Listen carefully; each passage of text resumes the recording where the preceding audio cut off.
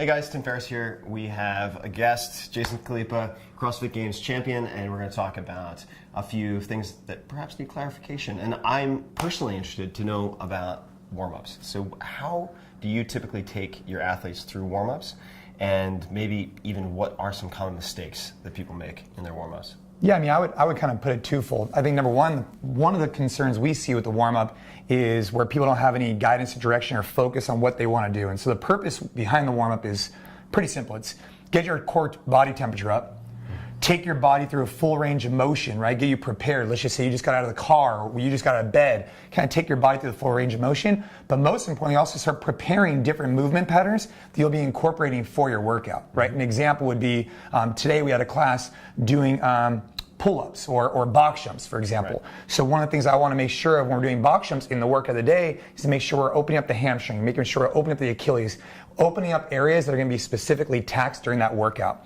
And so an example of a warm-up that's just a good general warm-up, what I like to do is I like to go into the garage or go into the gym, start a timer. And as soon as you start the timer, what it does is it gives you a sense of urgency. I think sometimes what happens is the warm-up ends up taking an hour. Right. The warm-up just needs to take a little bit of time, 10, 15 minutes, to kind of prep the body. And obviously it depends on what you're doing. But my recommendation is set a clock, right?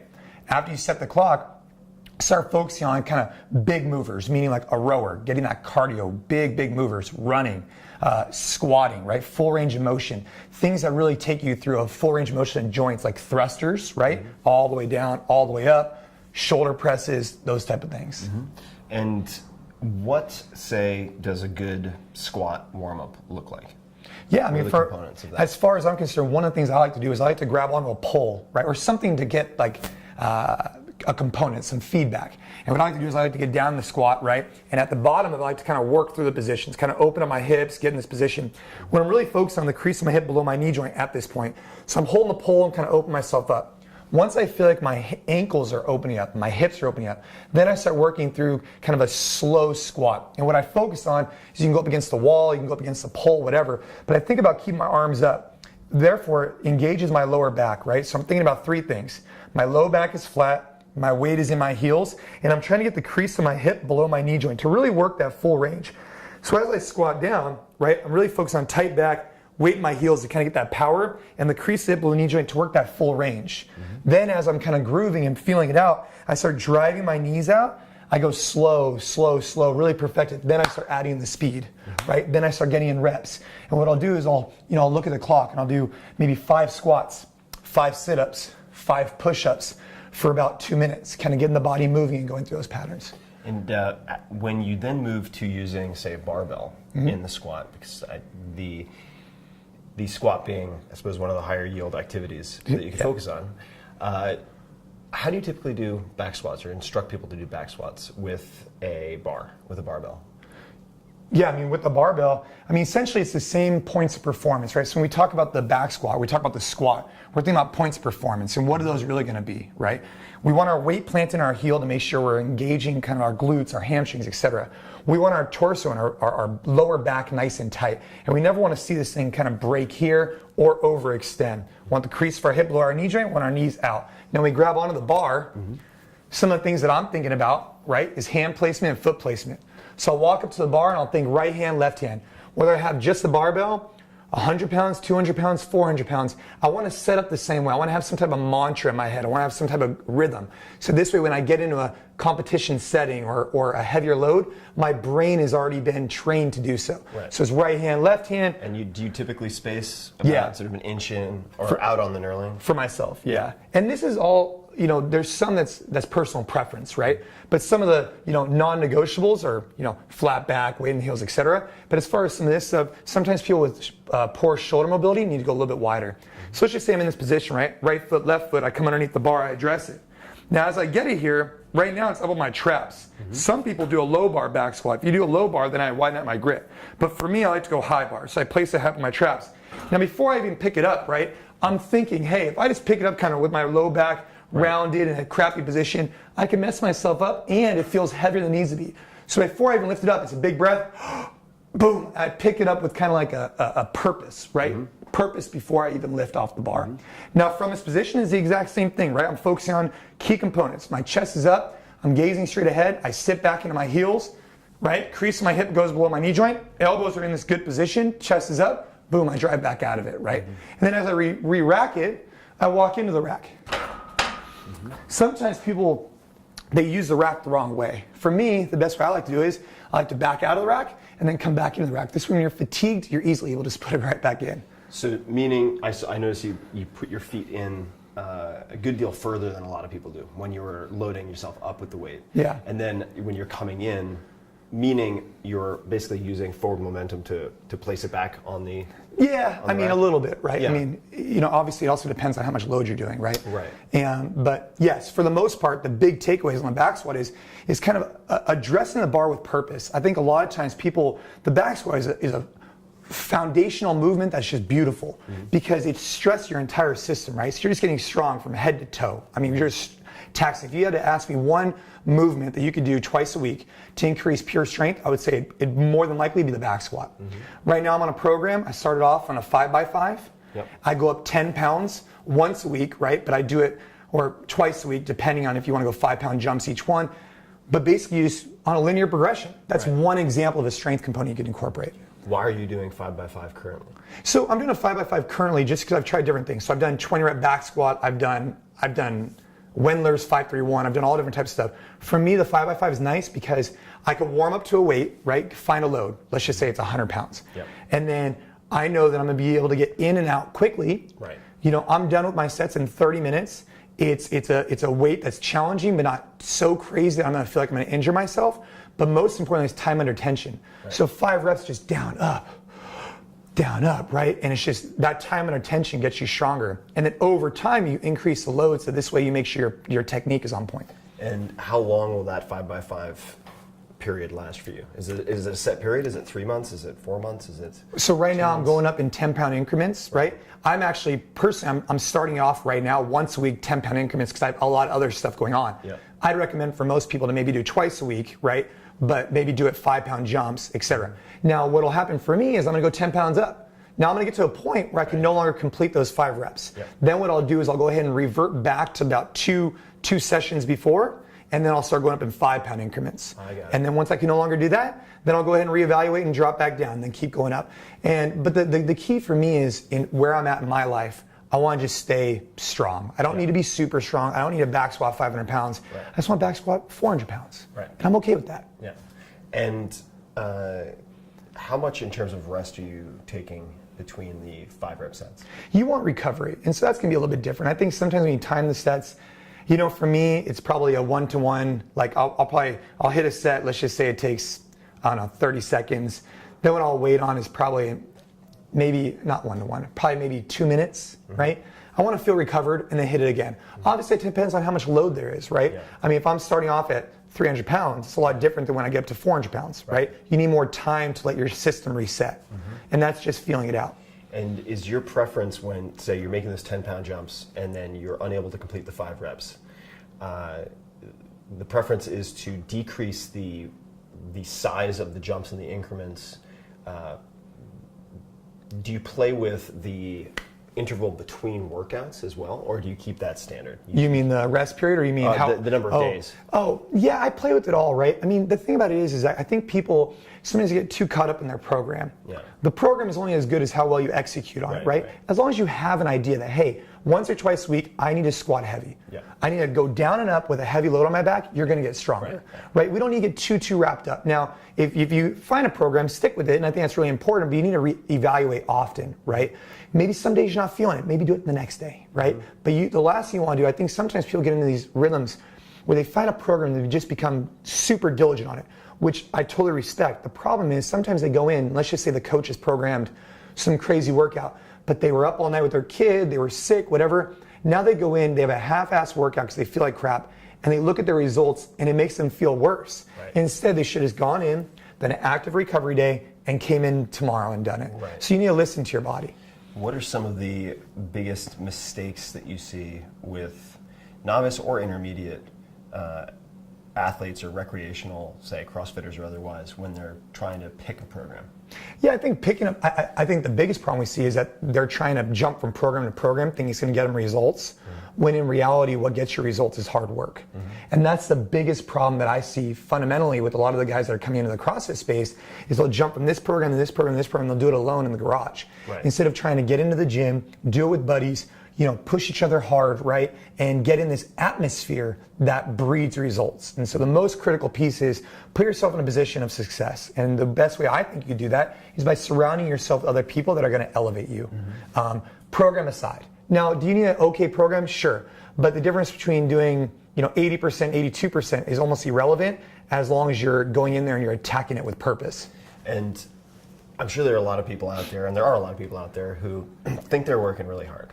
Right. So to you, what does that mean? Right. That's a really good question. I think that there's a lot of people who think they're working hard, and they are working hard because they're probably working harder than most people in the United States, right? But I think having a coach and a community around you will always take you to another level. Sure. And it's very hard to argue otherwise. Like, I've worked out in my garage for years, but what I find is you either need to have the clock to motivate you or your friends. Right. Meaning, I like to do EMOM, so every minute on the minute. So each minute I give myself a goal and I need to hit it. So now it's almost like my friend is the clock and I'm competing against the clock, right? Like, hey, I want to get 10 back squats in a minute, whatever. But you always need to have something to kind of shoot for. Yeah. When you're in the gym, you have this atmosphere, this sense of camaraderie that I think pushes you. So I think what it is it's when you're done with the workout, you evaluate. You sit there and you ask yourself this very simple question. Did I do the best I could in that workout? Did I really go hard? Yeah. And if the answer is yes, great. If the answer is no, then fix it the next day. But I think sometimes people wait too long to ask themselves that question, sure. right? For people who are, say, semi-athletic in their 20s or 30s, getting into, say, CrossFit style workouts for the first time, okay? Haven't played any competitive sports in a long time. Right. And you're looking at their first year of training. Are there any particular movements you would remove or warnings that you would make so that they avoid injury? I think the most important thing is we've dealt with a lot of people from, former NFL players to this, to that, whatever. You have to be coachable and you have to be prepared to be okay with going a little bit lighter. And I think one of the problems, and I've had the same thing happen to me, is that sometimes you need to take a step back to take a step forward. Mm-hmm. And if you build the house on some strong foundation, you could do a really good job. But I think sometimes in the first year of CrossFit, people have this tendency to want to go up and go up and go up when their movement isn't efficient, but they're getting away with it because they're muscling it. It's like jiu-jitsu, sure. Right? Yeah. In jiu-jitsu, it's the exact same thing. Yes, I could try and muscle it, but I can maybe do that with a white belt. Yeah, but as soon as I get to a certain level where someone else is whatever, I'm not going to be able to muscle it anymore. Mm-hmm. And so if I build the foundation today about technique first, right? Make sure I can do it well once. Make sure my mechanics are on point, right? Mm-hmm. Then make sure I can consistently do it, right? Can I perform the back squat consistently well with no load, just kind of warming up? Then, all right, let's dose it. Let's hit it hard. And in, say, that first year, I'll give you a hypothetical. So let's say you have a 150 pound, just to make the math kind of easy, 150 pound former athlete, so high school athlete, not college athlete. Right. Okay, still in reasonably good shape, isn't like eating ho-hos and cheeseburgers every meal, every day, and wants to set some goals. Right? So I think a lot of people, certainly speaking for myself, are motivated by having a clear objective in mind. Absolutely. And so this guy comes to you and says, what do you suggest as goals sort of at the end of year one? Is it like back squat X times body weight, and then this, and then that, and the other thing? What were some goals, potential goals? I would probably look at power lifts and conditioning or gymnastics pieces before I looked at Olympic lifts. Got it. That's what I would do. Yeah. The Olympic lifts are highly complex, right? Yeah. They develop many different general physical skills, from neurological components to physical adaptations. I mean, they're phenomenal lifts, but they're like a golf swing. Anybody could swing a golf club, or you could spend your entire life trying to perfect it. Right. The Olympic lifts are the same. Right. So my recommendation would be not to rush that, right? That process takes time. But with things like the power lifts, you can get on a program and increase your back squat tremendously over the span of bench, squat, deadlift. Bench, squat, deadlift. I mean, those are the kings, right? Mm-hmm. I mean, push, pull, squat. Right. And then in addition to that, obviously you have cardiovascular type things, your mile time, can you do a muscle up, right, is a good example. Can you do pull-ups? Those are easy targets that you can shoot for. We can get on programs to do it. And I like doing every minute on the minute work to accomplish that. So for example, if I wanted to get better at pull-ups, one of the things that I've done in the past is, 5 strict pull-ups, right? Every minute, on the minute for 10 minutes. So you just allocate 10 minutes to come in your garage and do 5 every minute for 10 minutes. Then as you start progressing, that gets easier, maybe start doing chest to bar. Then as that starts getting easier, maybe you increase numbers. And then over time, what you'll end up finding is your pull-up strength will get significantly better. And it's not at the technique is still on point, right? Whereas the Olympic lifts, you're so focused on increasing. If your position is incorrect, you'll eventually hit a dead end. And with, say, that 150-pound semi-athletic, former competitive guy, any particular goals in the power lifts that you would set if he's like, I just need a number, something in mind that I can hold in place as an objective by the end of the year? I mean, double body weight back squat is it's a very achievable goal, but it's a challenging goal, right? Triple body weight deadlift is pretty extreme, right? 2.5 times is pretty good. Obviously, there's exceptions if you're a specialist, right? But and then you talk about like a bench press. I don't know, 1.5 times body weight, right? You start talking about these numbers, right? Sure. But in theory, what you want to think about is, how's my overall fitness looking like? I'm the guy where I've ran a 540 mile and I've back squatted the same day, 450. That was my goal. Right. But there's some guys like our buddy Mark Bell who wants to back squat 1,000 pounds but can't run 400 meters. He probably can, but it'll take him a while. Right? You mean at a good time or just period? Yeah, in a good time. But that's why people need to evaluate their goals, right, and see what they're trying to do. For me, it's a blend of all these different things, because then they carry over into so many different things. I can go mountain biking, I can go snowboarding, I can go jiu-jitsu. Sure. I don't need to worry about it, right? But if I was only lifting or only doing cardio, I wouldn't have those carryovers. And you mentioned gymnastic, so powerlifting components and gymnastic components before, say, Olympic lifts. Yeah, you can do them all simultaneously. No, totally. But I'm wondering, within the gymnastic components, which do you think are foundational or have the most carryover to many other things? Yeah, I mean, that's a great question. I think in the gymnastics realm. And so I think a good program combines, powerlifting, gymnastics, obviously your traditional cardiovascular types, and then the Olympic lifts are beautiful because they just put it all together. Now, gymnastics in particular, I think the push-up is a staple, right? You should be able to do a push-up in a good position, right? Where you're in a good elbowed position where it's very practical, right? I'm pressing this way, I'm pressing this way, I'm pressing this way in a dip, right? Can we see what a good push-up looks like versus? Yeah, I mean, in theory, right, a lot of people, when they do their push-up, they love to kind of push out their elbows, right? Now that position, right, puts some strain on the shoulder, and what it also does is it's not functional, right? Imagine if you're carrying out a gas, you wouldn't push like this, right? And so in theory, what we're really thinking about is here, my head goes forward a little bit, my elbows stay more or less in. Now this transfer here, right, transfers into things like, right? Handstand, right? It transfers into a dip, transfers into all these different things. So that's the position we're looking for. Now, how do you develop that? Obviously, you can do it on your knees. Your head comes forward, my body stays rigid, my elbows stay in. That's a great way to develop it. Got it. So you're doing it like a very mild, almost, not a planche lane exactly, but you're rocking your entire body weight forward slightly so that your forearms are more. That's right. Which gets me into that tripod position you use for handstand push-ups. The tripod, head forward, hands back. What you mentioned Mark Bell. What are some of the things that you've learned by hanging out with Mark Bell and other top-tier powerlifters? What are some of the things that you've sort of incorporated for yourself or learned? I mean, those guys, Mark Bell, the Louis Simmons of the world. I mean, these guys just, I remember about 8 years ago, I'm a young guy. I walk into Louis Simmons' gym and there's 5 guys back squatting, 800 pounds. One of them bleeding out their nose. And what I learned from that experience, right? Is that Westside? I was at Westside Barbell. Is just the dedication to the craft, right? And that's inspiring. No matter what you do, it's the dedication to the craft, right? If you're a barista, be really good at it. So what Mark's really good at is he's really good at his craft. And then obviously in his craft, his passion for coaching is really inspiring for me.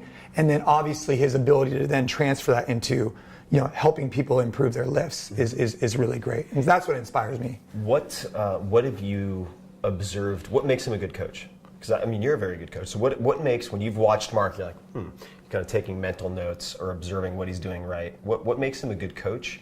And then the second part, which you can answer first if you want, is as it relates to the power lifts, are there any particular technical modifications or programming thoughts, anything that you've borrowed or tested from some of those guys? I mean, I would say what makes him a good coach is that he comes off authentic, right? He practices what he preaches, which I think is very important. And he comes off like he really cares legitimately about getting that person's movement better. But most importantly is that he's also open-minded enough to recognize that there's different systems, different body types, different whatever, and he's not judging people. He's just saying, hey, give us a shot. It might not be for everybody, but give us a shot, right? Yeah. And I think that's what's really inspiring, because you have some of these people who are at the top of their game and they say, like, no, we have to do it this way. It's like, well, what if my femur is too long or whatever, you know? Right. And I think that's what's really cool about Mark is that he kind of, takes whatever he can from each person and incorporates it. And I think in regards to technique, you see people set up from the deadlift from the top, set up the deadlift from the bottom, do different types of things. And when you say set up, what do you mean by that? Really just brace the position, right? Shoulder back position, brace belly, everything's engaged. You're at peak tension, right? Some people, connect here, reach down, grab, and just go, right? Some people. For me, right, I like to step in the deadlift a little bit different. I like to go down to the deadlift, kind of have a rounded back, have a rounded position. Then right before I'm ready to go, right, in this position, I set everything. Boom, I set the back, I set the shoulders, I pull the bar in, I'm tight in the lats, and I lift. That's what I like to do. And so really looking at Mark and different types of people as you pick up on these techniques, but most importantly, it's just a foundation of movement. It's under load, never move your spine. That's the critical piece. Whether you're pressing overhead, you're doing a deadlift, or you're squatting. Once you connect head to hip, just stay there. Got it. So that orientation should not change. That's right. Whatever orientation that is, right? So let's just say you're here and maybe your back has a slight, maybe your thoracic's a little rounded from sitting at the computer too long or whatever, right? Hold that position. Obviously it's not favorable. Try and work for a better position. But whatever you do, just hold it there.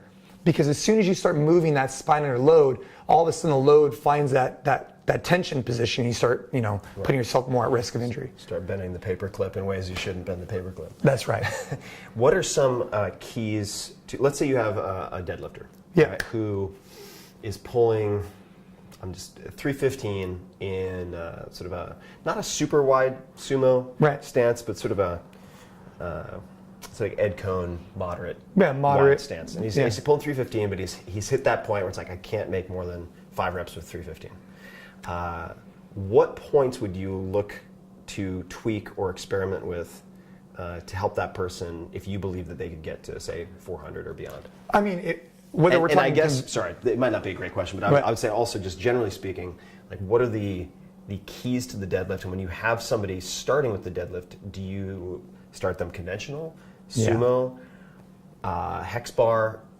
If it depends, how do you determine that? I'd just love to hear. I'm fascinated by the deadlift. So for us, any thoughts on the deadlift? For us at our gym, right, NC Fit, we always start conventional. And the reason why we like conventional is because of the carryover into the clean and the snatch. Mm-hmm. So is there anything wrong with the sumo deadlift? Absolutely not, right? Plenty of lifters lift that way.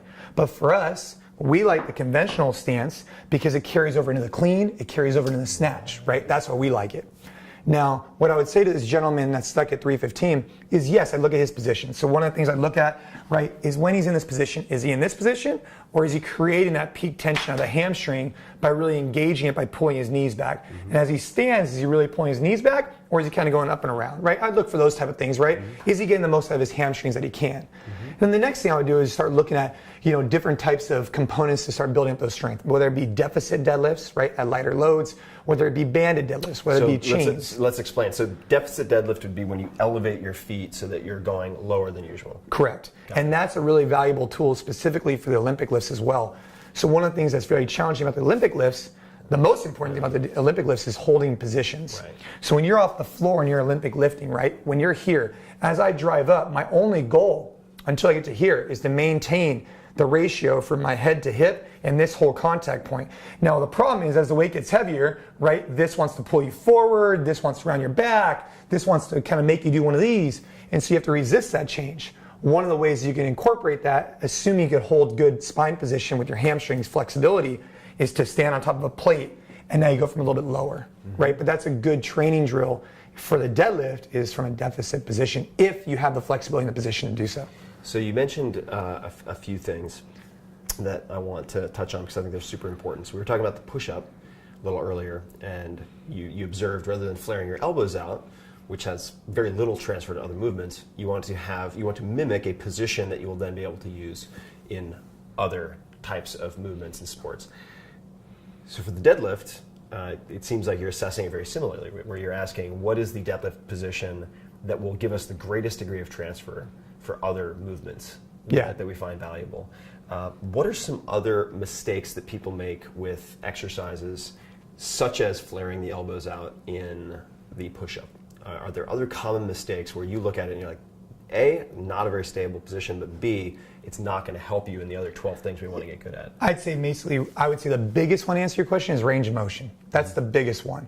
When we talk about range of motion, whether it be, and here's an important thing to kind of kick to, people who are listening to this, is that I would look at movements that move a large load a long distance quickly, that carry a barbell, an object a long distance. I would look at these high moving movers, for example, like wrist curls or calf raises or shoulder shrugs. They don't produce much power because you're not moving that much weight that long a distance. So if you think about, like, for example, can you produce more power in a squat, right? All the way down, all the way up with the load on you, right? You're moving your body so far. Or could you produce more power at the calf raise, right? Mm-hmm. So I'd first recommend, hey, let's look at doing these type of movements like a thruster, right? Or a burpee versus a bicep curl, right? Mm-hmm. And the application that's associated with it. Secondly, let's look at your range of motion. So if you're going to say you're going to do a squat, right? Let's not go to here. Let's try and take the crease of the hip of the knee joint the way our knee was designed as a hinge.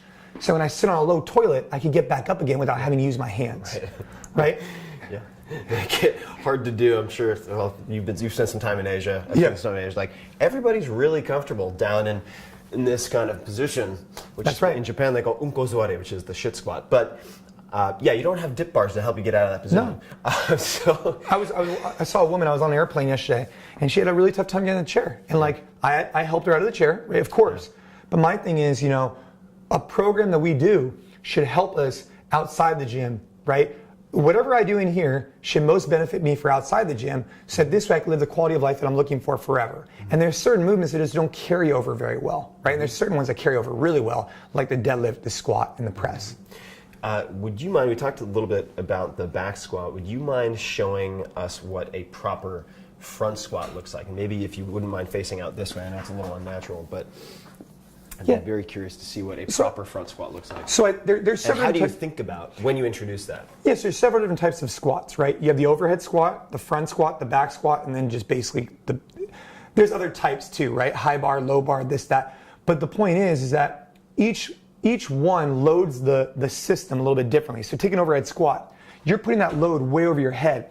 So now what happens is this object is now so far away from your center of mass that it puts more momentum, more force onto your midline to control it.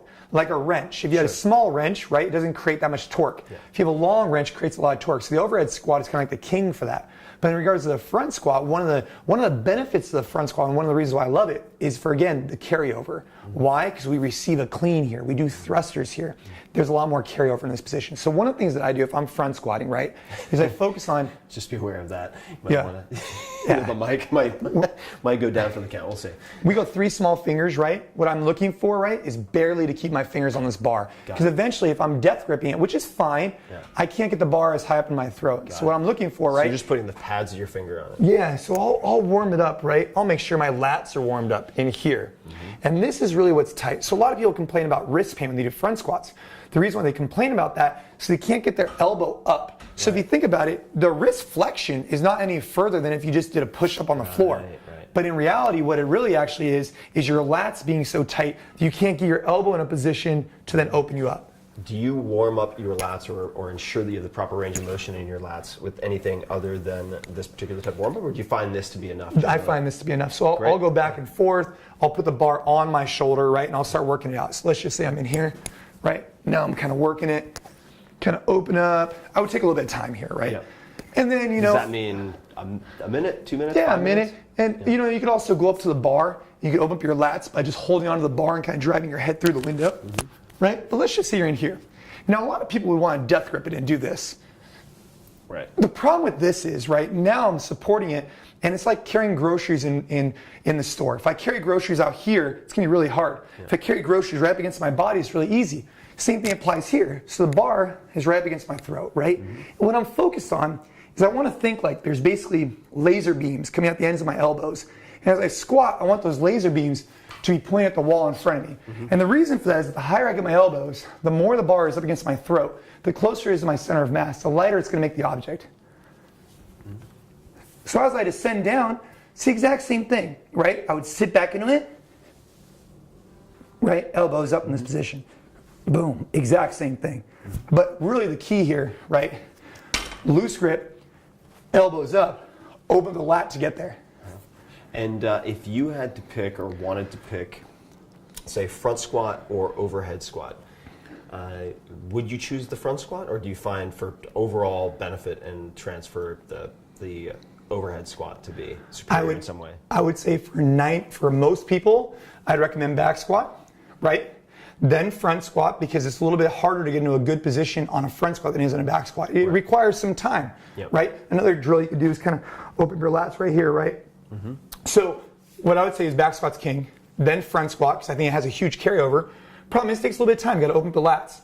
Now at the overhead squat, right, one of the problems we see with the overhead squat, is shoulder mobility, right? So if your shoulders are tight, it's gonna be very challenging for you to sit up here